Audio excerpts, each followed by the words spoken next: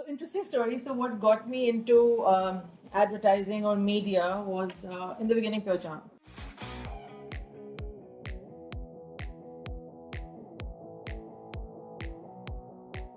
My first project at my internship was the Pepsi Mercedes, I think 92 World Cup.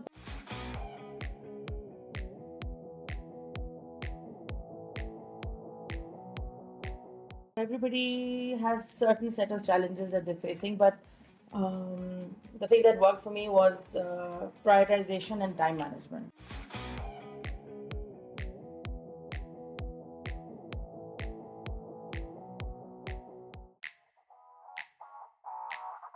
So interesting story. So what got me into advertising or media was in the beginning purely by chance.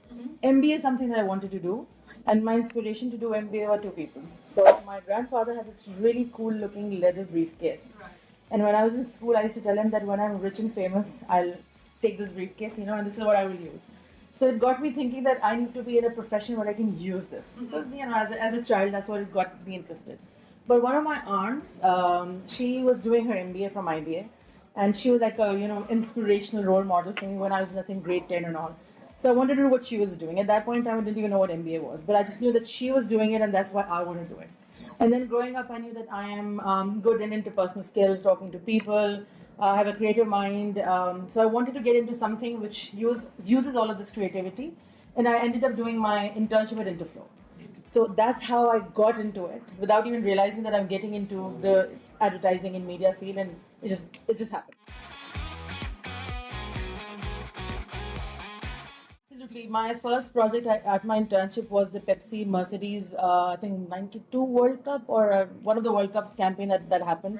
And there was a blue Mercedes that was being given for, the Under the Crown campaign, and planning for the whole campaign and thinking of the whole concept and how it will happen, how it will roll out, how will media happen. So that got me excited that we can create campaigns, reach out to the consumer, and create a whole story around it. So my internship got me even more excited. So from Interflow, and if I may tell you more, so from Interflow, I got into Mindshare. At that point in time, media was very new. Even I didn't even know, what media does. But I got inspired. I think I've been inspired by many people in my life. That's how my career has shaped up.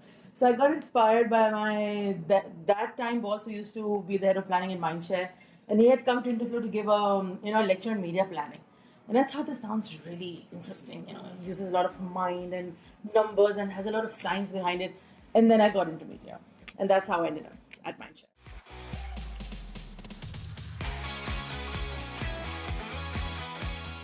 So I've been with Mindshare for a while.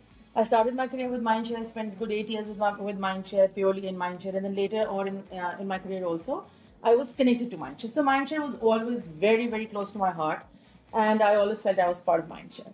And becoming the managing director for Mindshare was an honor because I'd always seen the previous managing directors as like big personalities, and then coming into their shoes, it was a lot of big shoes to fill, and inspirational and amazing. So the biggest asset that I think I bring to the table is my people skills. It's not just internal but external, and in this industry, we need to have the right networking, the right relationships, and to retain your own people, to maximize your resources that you have. Again, you need to have, that skill, that relationship that gets the best out of people. So I think that is something that I've learned in my childhood, and my experiences in my childhood, and my all of that has helped me gather that, and the creative thinking, leadership for people, how people work together, thinking out of the box, all of those things which I think has shaped up my career, and that is what I bring to the table here. So I understand that at different level, the level of all of these aspects changes, but the functional blocks remain the same. So that is what I bring, and I hope I do justice to this position.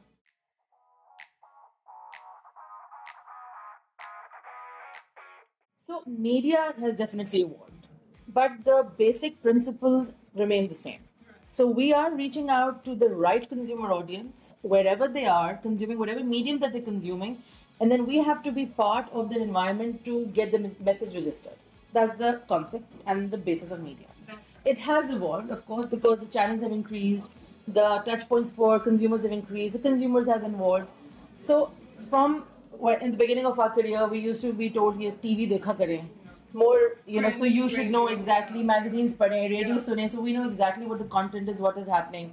Then go out and reach out to consumers, उनसे पूछें उनके आप क्या देखते हैं, क्यों देखते हैं, what are the trigger points.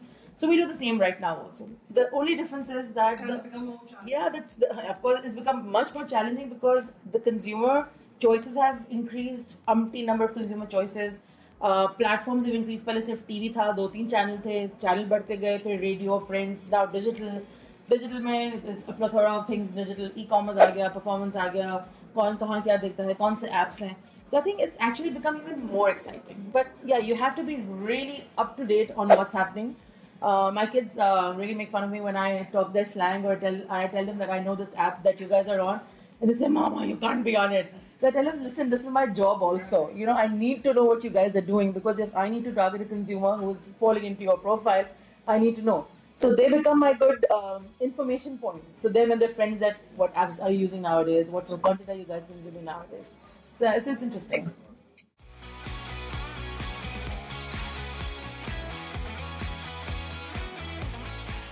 So that's interesting. And you would think that now it should be equal. It should be the thought leading rather than is it coming from a male or a female.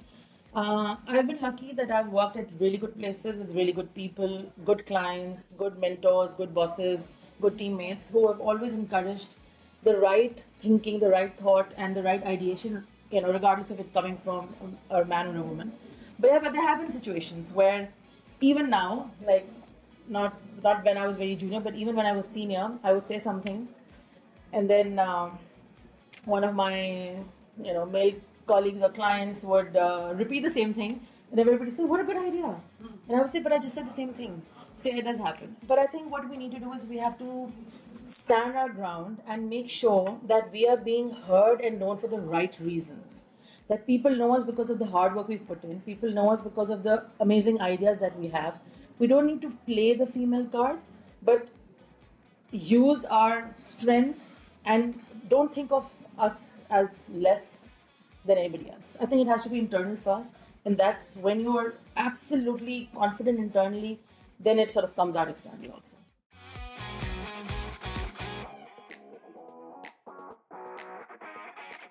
So I think the time has really changed from yesteryears. I've never faced anything of the sort where I felt that because I'm a woman, I'm not being heard. But yeah, I think level playing field, equal salaries, equal opportunities. Now we don't think that if she's a girl, she's going to get married, she'll give her the position. If she's expecting she's going to have a baby, can she carry out these, whatever duties that there are. But there have been situations where it happens. But I think you have to choose the right places and the right people to work with. It really makes a difference. And the right mentors. Because if you see people, I have a lot of female mentors and they have gone through the same thing. So I know, or I take inspiration from them, or I ask them that in a certain situation, how did you manage this, or how did you overcome this? So that helps. So this is something that I advise to all my young colleagues, male or female, to have mentors in your industry or in your office or in other industries, people you look up to, because their experiences can really add up to your journey, and maybe you don't have to go through the same thing, but you can learn and understand how to manage.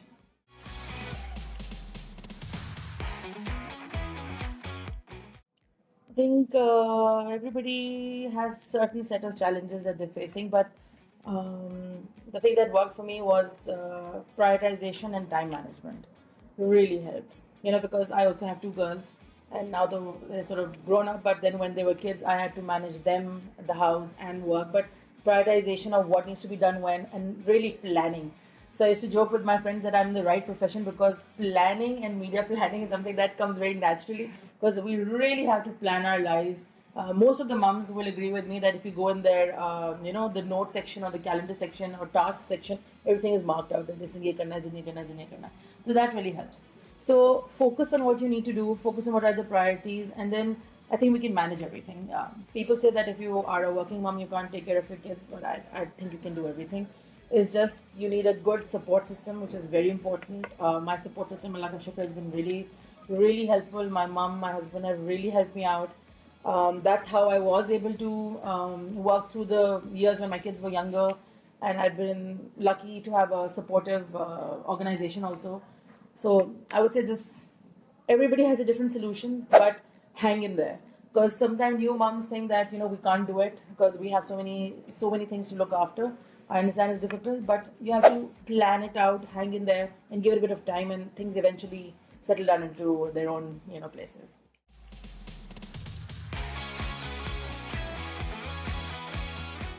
Interestingly, if ever in my career you'd asked me what is your 5-year plan, I never had a plan. I always go with the flow. I always say that okay, let's see what comes next. Let's see what happens. And Allah ka shukr hai, that it's been going very well right now.